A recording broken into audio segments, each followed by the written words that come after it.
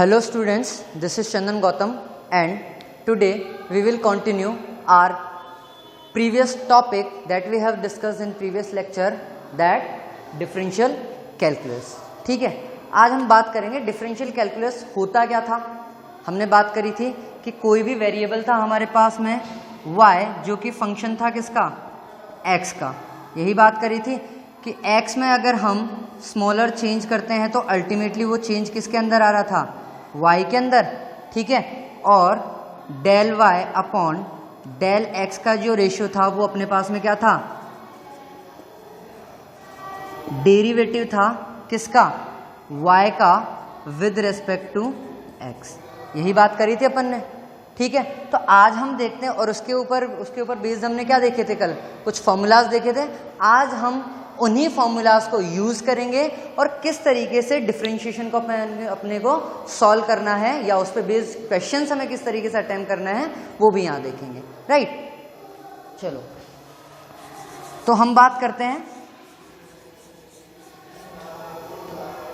सबसे first question की बात करते हैं। y हमारे पास में है, सेम हमने बात करी, y क्या था अपने पास, y is the function of x।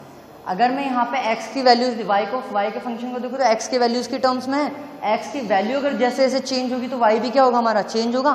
तो सेम यहाँ पे देखो, मुझे इसके लिए क्या करना है, dy बाय dx फाइंड करना है।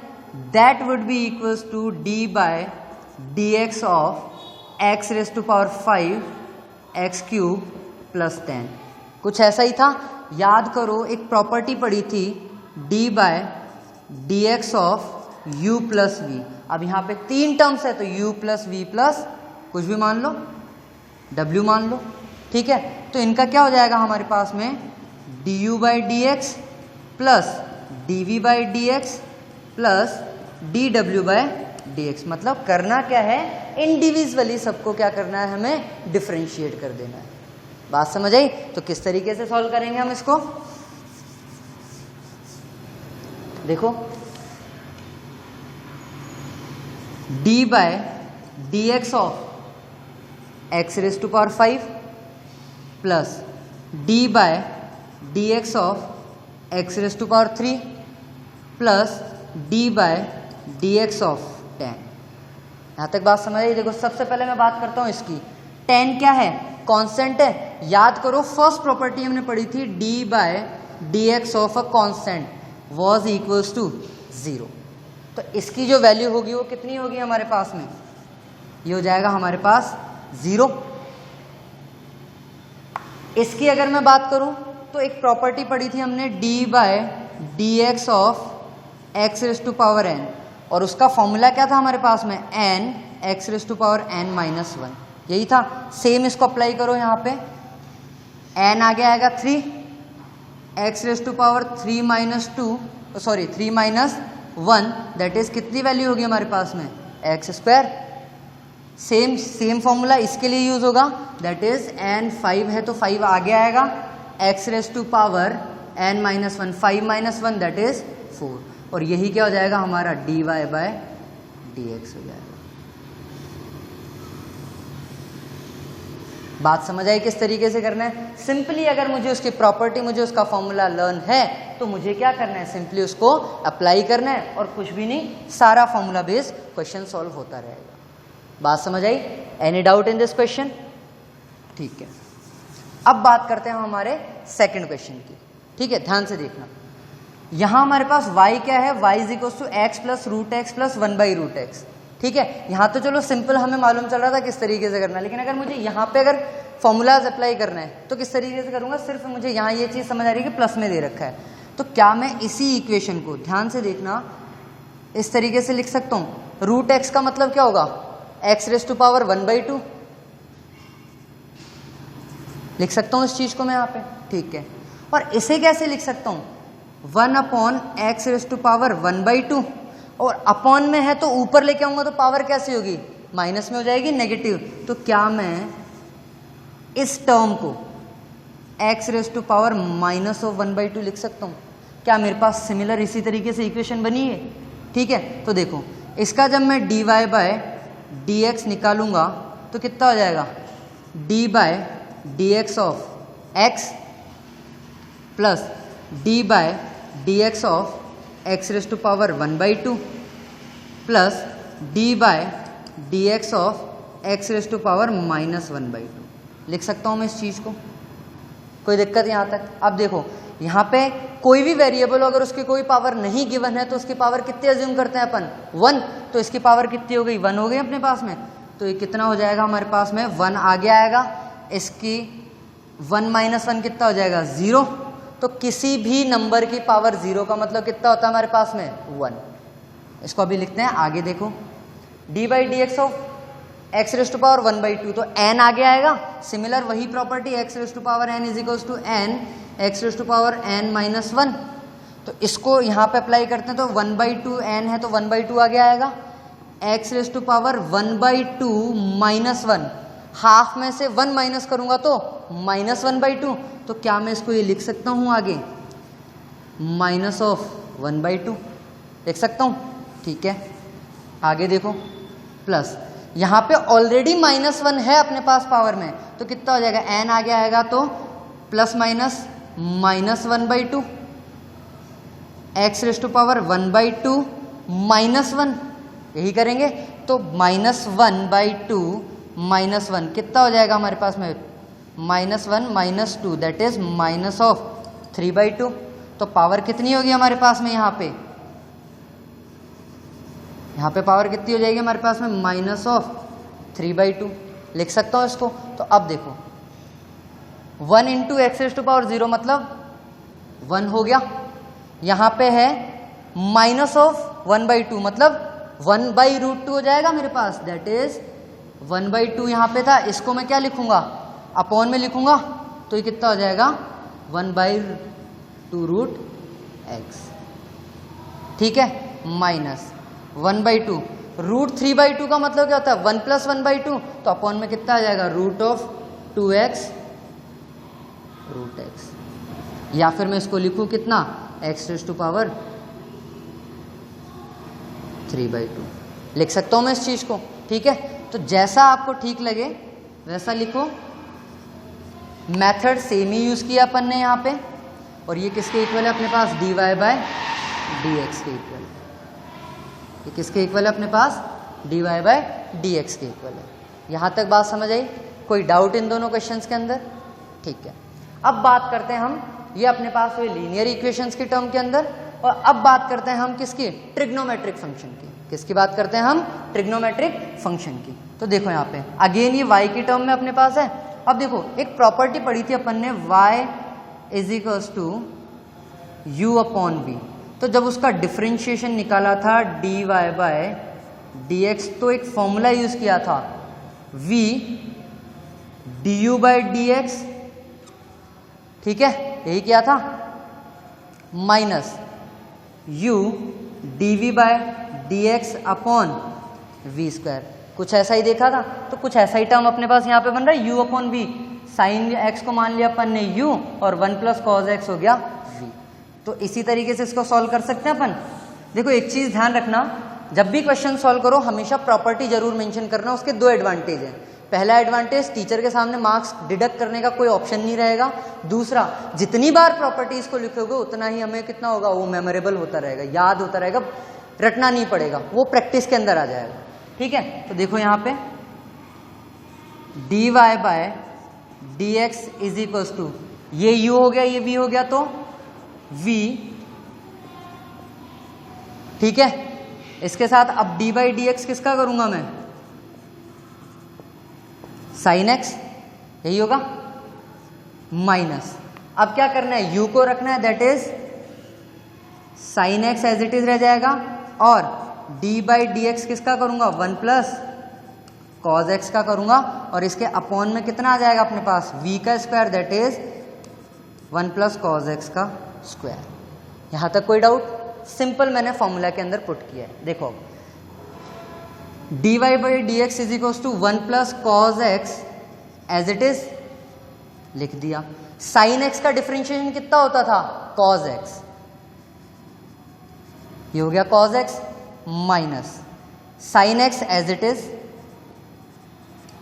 ठीक है, अब देखो d by D x of 1 plus cos x, u plus v आ गया अपने पास में, तो इसको मैं यहाँ पे बता रहा हूँ, या फिर चलो यहाँ पे देखो एक बार, d by D x of 1 plus cos x को करूँगा तो d by D x of 1 plus d by D x of cos x, इसका कितना हो जाएगा 0, क्योंकि 1 क्या है कांस्टेंट, और कॉज का कितना होता था हमारे पास माइनस साइन एक्स, तो क्या मैं इसको इस तरीके से लिख सकता हूँ, साइन एक्स हो गया, इसका हो जाएगा 0 माइनस ऑफ साइन एक्स, लिख सकता हूँ इस चीज को। तो अब देखो D Y by D X is equal to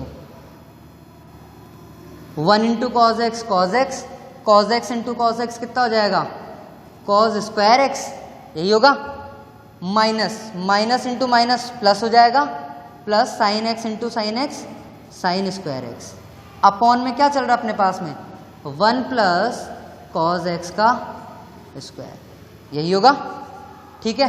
अब देखो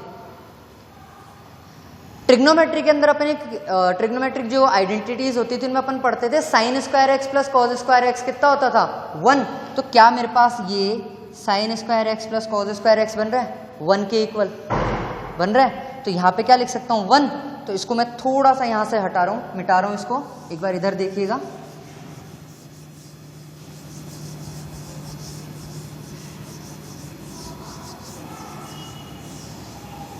यहां से देखो dy बाय dx की वैल्यू कितनी है अपने पास में cos x, और cos square X plus sign square x कितना हो गया अपने पास में 1, यहाँ पे मेंशन कीजिएगा sine square X plus cos square X is equal to 1, ये ट्रिग्नोमेट्रिक आइडेंटिटी हमें मेंशन करनी है, बतानी पड़ेगी कि यहाँ पे 1 क्यों लिखा, ठीक है। अपॉन में कितना अपने पास में 1 प्लस cos x का स्क्वायर, देखो यहाँ पे पावर कितनी है अपने पास में 1 और यहाँ पे पावर है 2, तो एक पावर कैंसिल आउट हो जाएगी, that means finally dy by D x कितना निकल के आएगा 1 अपॉन 1 प्लस कॉज एक्स। बात समझ आई यहाँ तक, कोई डाउट इस क्वेश्चन के अंदर? सेम कुछ भी नहीं किया, u अपॉन v की टर्म में लिया, फॉर्मूला अप्लाई किया, फॉर्मूला अप्लाई करके उसको मैं सॉल्व करता गया with the help of trigonometric identities, और आंसर निकल के आया dy by D X is equal to 1 upon 1 plus cos X. यहाँ तक बात समझ आई? अब देखो कुछ क्वेश्चंस देता हूँ, जैसे आप घर पे ट्राई कीजिएगा।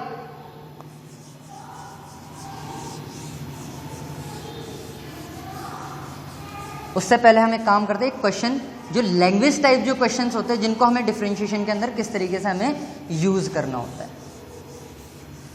ठीक है।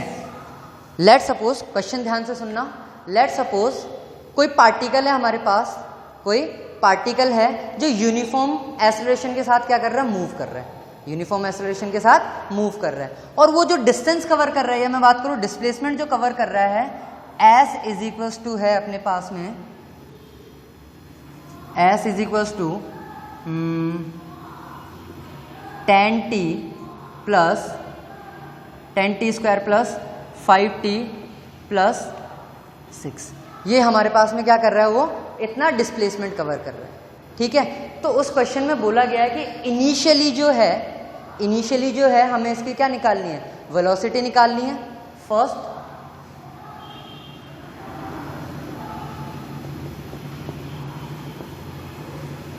इनिशियल वेलोसिटी फाइंड करनी है अपने को, ठीक है। सेकंड हमें, अब देखो इस तरीके के क्वेश्चन जब भी हमें सॉल्व करने होते हैं तो हमें करना क्या है, हमें पहले तो इस इक्वेशन को ध्यान में रखना है, डिस्टेंस है अपने पास में, ठीक है।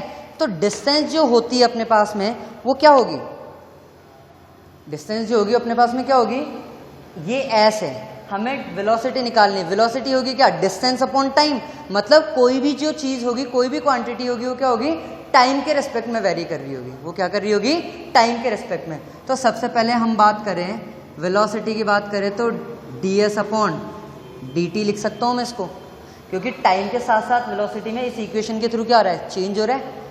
तो क्या मैं लिख सकता हूं d by D T of tan t square plus 5t plus 6 लिख सकता हूं। तो सिंपली करना क्या, मुझे डिफरेंशिएट ही तो करना है इसको, तो कितना हो जाएगा अपने पास में 2 आगे आएगा, वही x raise to power n, तो 10 इंटू 2 यही होगा अपने पास। तो क्या लिख सकता हूं मैं इसको 2 - 1 t रह जाएगा अपने पास में, प्लस 5, इसकी पावर कितनी है 1, 5 × 1 5 ही रहेगा, t⁻0, और ये कांस्टेंट है तो इसका क्या हो जाएगा अपने पास में 0। तो ds/dt की वैल्यू कितनी हो जाएगी 20t + 5, ये हमारे पास आ जाएगी इसकी इनिशियल वेलोसिटी। बात समझ आई।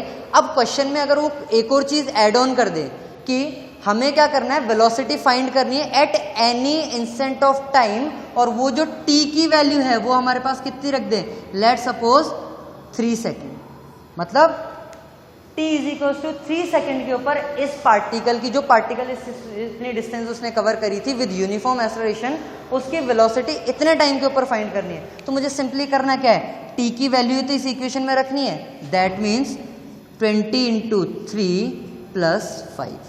बात समझ आई। तो कितना होगा हमारे पास में 65।